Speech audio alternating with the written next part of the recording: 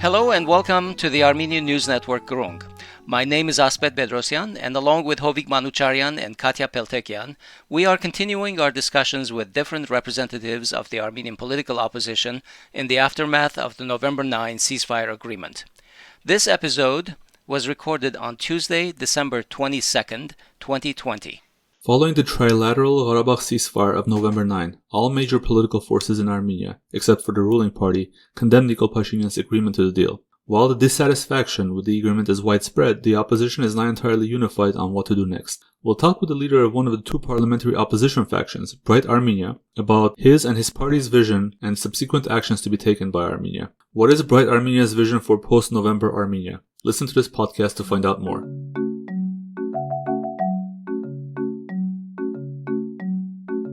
Today we're joined by Edmon Marukyan, who is an Armenian lawyer and member of the National Assembly.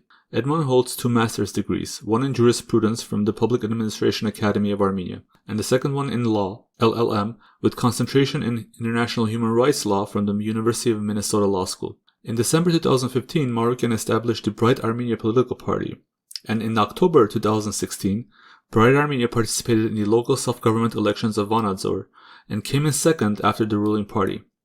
In December 2016, in cooperation with the Civic Contract and Republic parties, Bright Armenia formed a political coalition named Way Out, or YELK in Armenian, electing Edmon Marukyan to lead the proportional list of the coalition in parliamentary elections of April 2017. The Way Out coalition came in third out of 4 political powers forming the new parliament. In the snap elections of December 2018, after the dissolution of parliament following the Velvet Revolution, in which 11 parties took part, Bright Armenia Party, led by Marukyan, came in third, taking 18 seats out of 132. Currently, Edmon Marukyan leads the Bright Armenia faction in the National Assembly of Armenia. Hello and welcome, Edmon. Hello, good evening. Hello. Thanks for joining us. So can you outline Bright Armenia's position on the causes of the war as well as the November 9 ceasefire agreement? So, the Bright Armenia's position is that we declared in November 9 that the Prime Minister, who is the symbol of losing diplomacy, symbol of the losing of the war, must leave his position, and we must create a government of transition with the transitional Prime Minister who can try to continue negotiations. We have a lot of ambiguities after signing this document that we can try to interpret in a way that we will have better solutions that we have now, and then stabilize the country, try to figure out how we are going to get out from this humanitarian crisis, and then organizing parliamentary elections, ensuring for all equal opportunities and free and fair elections. So this was our proposal. So we prepared and released 13 steps that we will take if we are going to take a position of the Prime Minister. Of course, asking all parties to have a consensus on this. So that was our position. And till now we work in parliamentary level. So we organized a hearing in the parliament, inviting all political forces to have their say, to propose their own way, to talk about the situation that we are in, and to talk about the situation, how we are going to get out from this kind of crisis that I have never seen, and I don't remember, even during my childhood, when I saw earthquake, then war, then independence movement. I don't remember such a crisis that we had during Third Republic. So overall, this is our position, but I can answer concrete questions if you may have. Well, to start off with, Bright Armenia has not joined the movement of the 17 political parties called the Movement of the Salvation of the Homeland that are publicly protesting in the streets. So I wanted to know, what are your views or your party's views and the strategies that Bright Armenia is taking and the strategies that keep Bright Armenia on a separate path as an opposition party, essentially? So first of all, there are parties inside of the group that we have a lot of problems with them. Even we have court cases against a party which is inside of the movement, but it's it's not the main issue. The issue is that we don't think that we'll have another prime minister coming from the streets, first of all. Second, we think that we must try to find out consensus inside of the parliament, because if we push ruling majority to the situation that they will be gathered with the prime minister, not try to find solutions, so then we will push them to become more stronger than they are now. And what I see, the majority, as we saw, on November 10, 11, 12, 13, I think they were so weak and collapsed. I could say they were in a way of collapsing. But what happened after the several elections against MPs of ruling majority in their cities, in their yards, calling them betrayers? When I say we, I mean opposition, overall. So we move them, we push them to join again to the prime minister and to stronger their position. So now, as I understand, and as we see now, they are all together, and they are not going to break up and get out from the faction and join to the opposition for finding the solutions. So I think the strategies were wrong, and during the consultations between us and the coordinators of the 16 parties, we discussed about this, and we informed them that you are in a wrong path. So this way will not bring you to the solution. And on the other hand, we proposed that if they are not excluding the candidate for the prime ministerialship of the Bright Armenia Party, so we also can consider the candidacy of the 16 parties, Mr. Edmon Marukyan. So till now we didn't get any answer, but we think that if Prime Minister resigns, which is not the case right now, so then in the parliament, two factions, Prosperous Armenia and Bright Armenia, have the right to propose a candidacy for the prime ministerialship. So if we propose my candidacy and they propose the candidacy of Mr. Marukyan, so the better chances we think that I will have to be elected. Because the My Step faction, as I said before, already pushed to the angle, pushed to the prime minister's protection. And that is why, as I understand, they're scared of these people. And under these circumstances, I don't see that they have better chances to propose their candidacy. So, first of all, if we recognize that we all want to remove the prime minister and have a new prime minister, which we call transitional prime minister, and then this transitional prime minister will create new cabinet by the consensus with the other parties, then we must find the way which will bring us to that point. So we think that our candidacy is that way. So they think that using the street actions and actions of the civic disobedience will bring them to that point. And on the other hand, I told them, and publicly also, during all my conversations and interviews, that removing Mr. Pashinyan using the same mechanisms that he used against Ser Sargsyan will not work. So this is our understanding of knowing him. And as we see till now, it doesn't work like that. So this is also a fact. So the rest we will see. We are open to cooperation.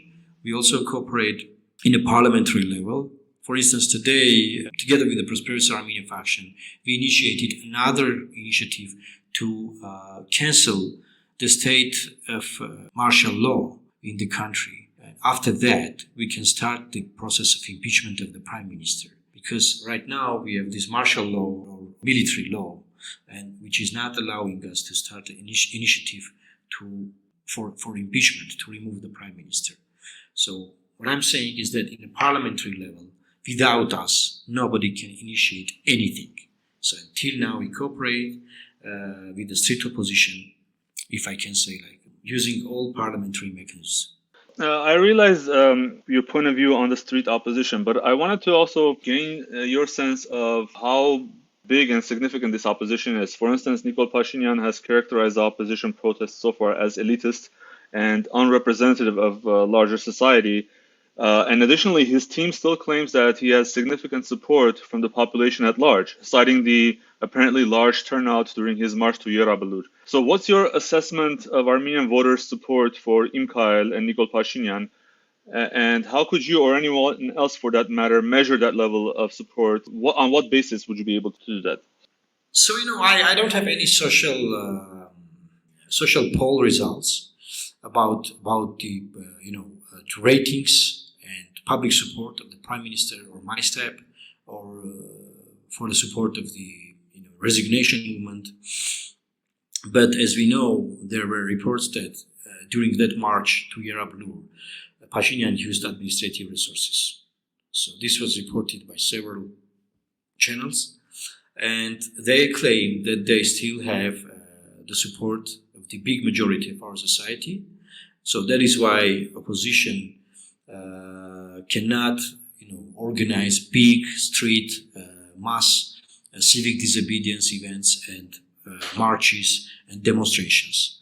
So, based on Pashinyan's understanding, maybe he thinks that opposition must bring 200,000, 300,000, 400,000 people to the streets in order to say him, you must go. I mean, if even we didn't have anyone in the streets, we cannot say that we don't have a crisis. So we have a crisis. It's a political crisis. It's a humanitarian crisis. It's a social crisis. Before that, we have a health crisis. And also we have a lost war, and we have the outcome of the war. Apathy. A lot of people, want to leave the country, but the borders are closed because of the coronavirus. And I think if the borders will be opened sooner or later, we will have a big migration wave. So, of course, Pashinyan still can, argue that he have big support of the people. But my understanding is that the big portion of our society don't want to see Pashinyan as a prime minister, but also they are not supporting also the movement which is on the streets. So this is my understanding during these days. So, and as an alternative, we are trying to build our alternative, because these people are looking for the alternative for the street movement and for the alternative for the Mr. Pashinyan. That is why, if we will have elections, then we can talk about the ratings, who has how much votes. But right now, in this apathy, in this strategy, the country, in this tragic situation, how we can organize elections. That is why, we are against of organizing elections now. And I said, maybe after 6 months. So the street opposition argued that they need a year to stabilize the country and then organize elections. So anyway, we have general understanding in a level of opposition that elections now will be the last thing that we must do. Hi. Hi. My name is Katya Peltekian. You were giving us, your idea about cooperation with the opposition, etc., etc. But how long can Armenia wait? For what? Sorry. For stabilization. You know what I mean, with everything we see, and I'm from the diaspora, and all we hear is this village being Azerbaijan, this highway being this and that. The picture is probably different from what you see in Hayastan. How long can Armenia wait for all this stabilization and election and whatever with the current situation there? So first of all, there are a lot of media manipulation. So you must find out what you are reading and what you are watching, and then check every news that you are receiving from Armenia, whether it is credible news or not. For instance, the incident yesterday in a Sisyan church, that priest didn't give his hand to the prime minister, and there was information that priest said that prime minister must leave the church.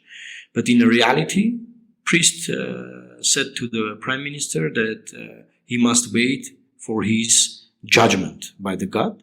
And second, there was a news that after that, the priest's house was taken by the police, and police was searching the house of the priest. So the whole media covered it, but it was fake news.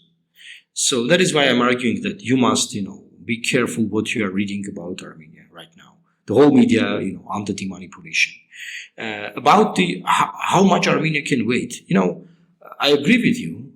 We must find a way to stabilize the country as soon as possible, because our enemies, Turkey, Azerbaijan, they are not waiting for stabilization of Armenia.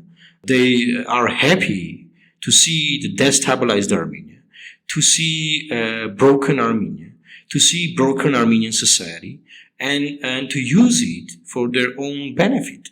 So that is why we must find solutions as soon as possible. In a level of opposition, in a level of the government, doesn't matter, because we have one statute, is the Republic of Armenia, and we must find out the ways how to stabilize the country. Of course, the two sides, if I can say two sides, are not going for compromises. One side is already declared the prime minister as a betrayer without any doubt and without any discussion. And they declared also that they will not meet with the prime minister for any case. So it was the statement of the joint candidate, Mr. Edmon Marukyan. The prime minister declared them as they were revenge people. So they want a revenge.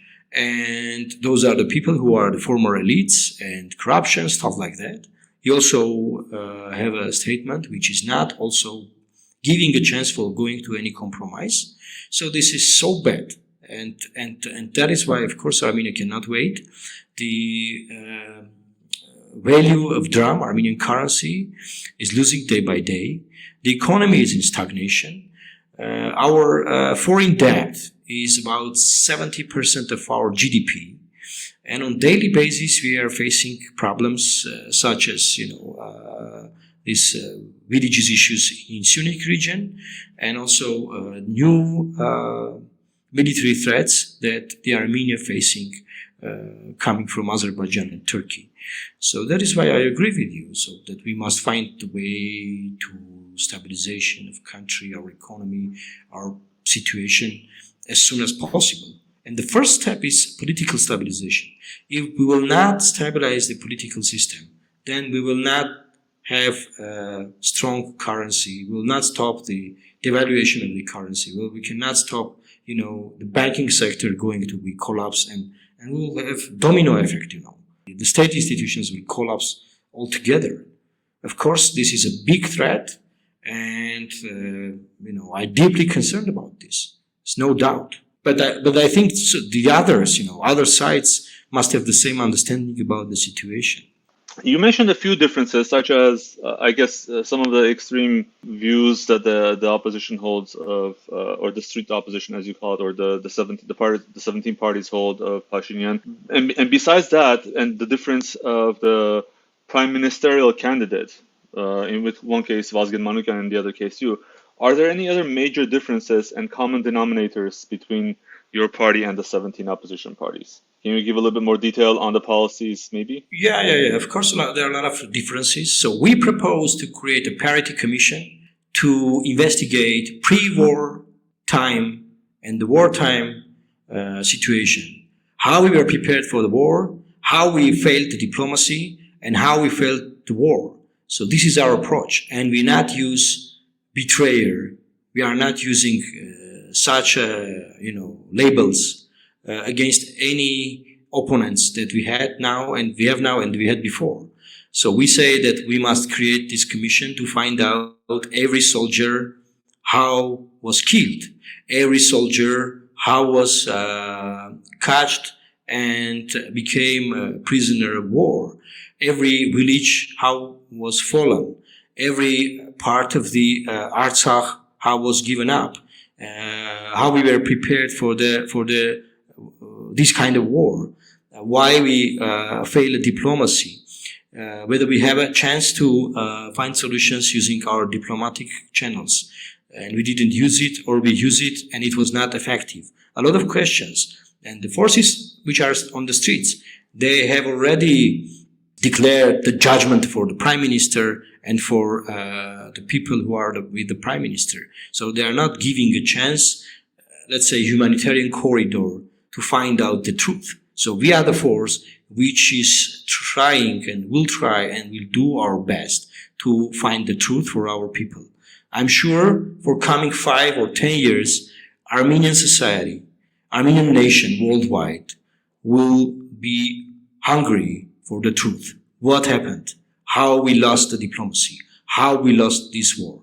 Where we have been prepared for last 25 years, what we have done after revolution for last 2.5 years, how we went for this war, how we managed the war, whether we had betrayers during the war or not. So a lot of questions that we must answer, and we are not going to have prepared judgments for anyone, for any side of the, for the current government or the governments that we had before. So this is a big difference that we have. So the other difference is that we have clear solution how to save a Sunni region, regarding today's threats. So Armenia's security balance and security system collapsed now. The security system that we had since 1994 after Bishkek Protocol collapsed after the war that we have now, and now the part of the Nagorno-Karabakh is not under the guarantee of Armenian security, is under the guarantee of Russian peacekeepers. So this is a big difference. So now about Sunik. So the Sunik region is under the threat. So Turkish-Azerbaijani threat is there. And how we are going to keep the people who live in Sunik to give them confidence that they can live there peacefully, that they were doing before the war. How we can do that. So our party is proposing to update our military agreements with the Russian Federation, proposing new Russian base in the Sunik region, which will be a backup for the peacekeepers in the Sunik region, because now the Gyumri base is supplying the peacekeepers, but Gyumri from the Nagorno-Karabakh, from the Stepanakert is far away. But if we will have a Russian military base in Goris or in Kapan, that will supply the peacekeepers in Nagorno-Karabakh and also guarantee security, stability, and peace in Sunik region. And no Azeri side, no Turkish side will never think about the attacking Sunik region or the Megri, because the Azeri bloc posts were 180 kilometers far from our villages, where Sunik people were living there. Today, they are far 3 kilometers, 2 kilometers, 4 kilometers. Could you, imagine the difference? So these people, they are not sleeping, their nights, and they are so concerned. And of course, we explain them that if Azerbaijan attacks Sunik regions, for instance, let's say David Bek village, it means that they are attacking Russian Voronezh city, because we are under the same security umbrella. But again, we cannot take out this fear from our people, because they saw the nightmare of this war. So that is why we think that we must have permanent working Russian base in Sunik region, which we are proposing right now. And this is also in our program.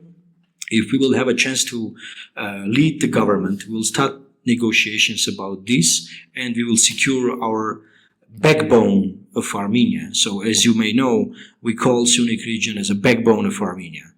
Which is, I could say, the most strategic part of the Republic of Armenia, and the eye of Turkish nation and the eye of Azerbaijan on this region right after the independence of the Republic of Armenia, already 30 years. We heard proposals about the second Russian military base already from other parties as well, and it seems to be an inevitability, at least in this current security environment. But I wanted to go on maybe and talk a little bit about something else. So you mentioned that it seems like you're also in favor of a similar plan of action as to the 17, which is an interim period, and then afterwards only after your case 6 months, in the case of the 17 parties 1 year, and then we will have parliamentary elections. But in the light of these news, we are hearing reports that the government is trying to accelerate efforts to change the electoral code in Armenia, potentially in preparation for calling early snap parliamentary elections and without an interim resignation period and so forth.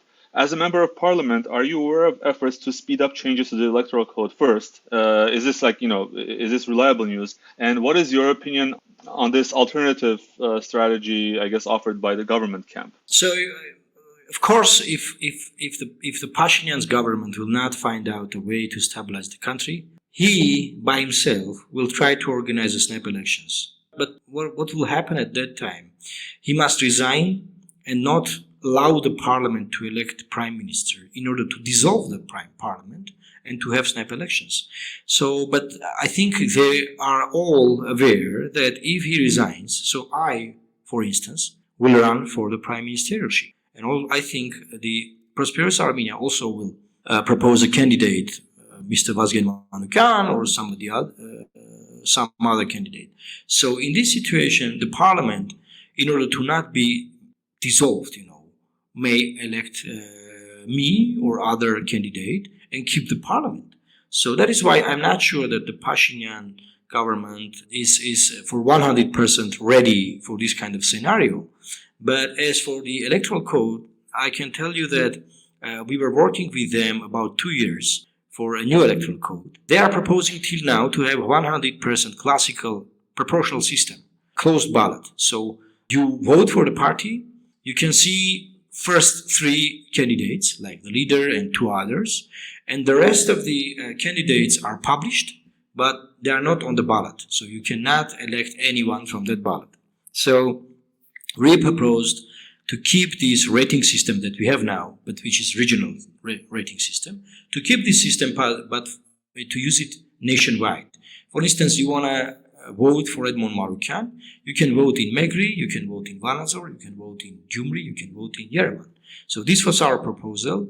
Till now, we don't have a consensus. They want to push for adopting an electoral code which is about 100% proportional, which is like presidential elections, like election of number ones, and the others will not be running, and every party can bring people to the parliament who are not well known, and we will have the same parliament that we have now, like this parliament.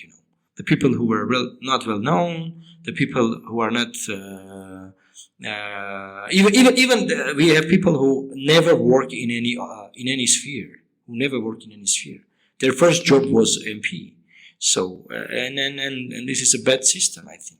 Mr. Marukyan, I have a quick question. There's also a lot of work that's being done about border demarcations right now. Do you have any idea what the urgency is to do this right now? Are you aware of any agreements that necessitate this work on the borders right now? So what is happening now? I don't know from which source you are following, but after the end of the war, so the consequences of the war is that Azerbaijan demanding this demarcation, and they demand to be in the places that they think, according to the Soviet maps, are their lands. So this is, as I said, outcome of the war, and that is why they pushed Armenia to work with them, Russian Federation also, to find a way how they are going to use these maps. So I can tell you the case of the Goris-Kapan road, which is according to that maps, as we are informed, 2 parts of this road overlapping, you can say, or going through allegedly Azeri lands. So and the government find a solution with the Russian Federation to have Russian forces there. As I can tell you, I think 21 kilometers. We will have Russian border guards, and then Azeri border guards from their side, and then Armenian border guards from our side. And we can use that road, and the safety guaranteed by the Russian border guards. So this was the last case that we know about the demarcation. The reason why I was asking about the necessity of this work primarily was that I don't remember seeing this in the agreement that was signed on November 9, that this work must happen right now. Of course, according to the agreement, the parties must stay in the places that they were. But as I understand, they're arguing that this is about Nagorno-Karabakh, not about Armenia. So, Soviet Union collapsed.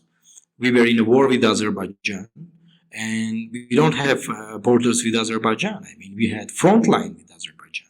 That's correct. And since we lost this war, so they occupied the lands, and they come up and they are under the Goris and under the Kapan, under the Megri, and they are there. And they argued that they must stand in a places which is the end of their map. So this was the argument. And it was pushed by their side. It was not Armenian initiative. It was not initiative of Armenia. And if Armenia will not find a solution, then their forces will come to that places. And if we are not going to find out the solutions for any way, so we may have new military escalation there. So this was the case. So it seems like you're saying that this border process is only to position troops, but also at the same time, at least the opposition is alleging that there is an effort to fully, and I think the Armenian government as well is mentioning to fully recognize borders of Azerbaijan, or maybe that's not your understanding. Within this context, they're also alleging that Armenia is preparing to open diplomatic relations with Azerbaijan and maybe even Turkey. What is your stance on this hypothetical scenario, and how realistic do you think it is? Well, I think it's not realistic. It's very hypothetical scenario that we will have restoring our diplomatic relations with Turkey or having new relations with Azerbaijan. I mean, diplomatic relations. So, the situation in Armenia, we lost 5,000 our heroes. How we can talk about that kind of solutions now, even in the near future, I don't see that. And then also the rhetoric of Azerbaijan, the rhetoric of the victory parade that they had in Baku was not about peaceful relations, was not about opening our borders and diplomatic relations, and it was about spirit of Enver Pasha. It was about endorsing genocidal policies of Azerbaijan and Turkey, and it was about glorifying the super killers of the organizers of the genocide, movement and genocidal policies. So that is why I don't think it's totally hypothetical. But there's a debate between the ruling party and the state opposition about these demarcation issues. So the prime minister argues that the ruling party and other parties adopted a law in 2010. And they recognize the borders. So they argue that you recognize the borders, so we don't want to go to that kind of debate because it's not solving any issue right now. So I was not a member of the parliament in 2010. I don't know what law they are citing, how they are arguing against each other. Right now we have a situation that Azeri forces, they are coming to stand and to organize block posts according to the map, which is arguing that it's a Soviet map. So this was the case in Syunik. And as a last question, Yep. I wanted to ask you, where do you see Bright Armenia in Armenia's political landscape? And in general, what is your party's vision for Armenia over the next 5 to 10 years? Maybe you can give a little bit of a description about that. I think we are in a new situation. This is not the Armenia that we had 5 months ago, 3 months ago. This is a different Armenia. And that is why I also argued that this is not the Armenia that Pashinyan was elected a prime minister, or I was elected as an MP or a chairman of a faction. So this is a different Armenia. I even will not use new word. This is not a new Armenia. This is a different Armenia. So they must find a way to live in this Armenia. They must find a way to develop this Armenia and to save this Armenia. Because the Armenia that we had before, together with the Nagorno-Karabakh, had 42,000 kilometers territory. So, we lost about 10,000 kilometers of Nagorno-Karabakh, also with surrounding territories. So that is why I argue that this is a different Armenia. So our vision is that to find a way to stabilize the country, first of all. Second, to have new relations with the Russian Federation. As I already talked about Sunnik region and securing Sunnik region with a new base. By the way, you said that other parties also propose new base. I didn't find out that. I didn't hear this kind of proposal. I know that there was a proposal to have a union agreement like Belarus. There was a proposal from the 16 parties, one of the 16 parties. But I don't know which party proposed a new base. But that is our proposal, to find a way to secure Armenia together with the Russian Federation, and then find the ways to develop our country, find the ways to strengthen our statute in order to prepare us for the better future. Otherwise, we will lose, I can say, maybe half of our population if we will not give new hope to our people. If we will not give new hope to our people, we will be in a big trouble. Thank you very much for your time, and we'll be following the news in Armenia as they develop. Good luck to you. Thank you so much. Thank you. Thank you as well. That concludes this week's conversation on Grung. We look forward to your feedback, including your suggestions for conversation topics in the future. Contact us on our website at grung.org, that's GROONG, or on our Facebook page, ANN-Grung, or in our Facebook group, Grung-Armenian News Network. Special thanks to Lara Osborne for providing the music for our podcast. I'm Hovik Manucharyan, and on behalf of everyone in this episode, I wish you a good week. Thank you for listening, and talk to you soon.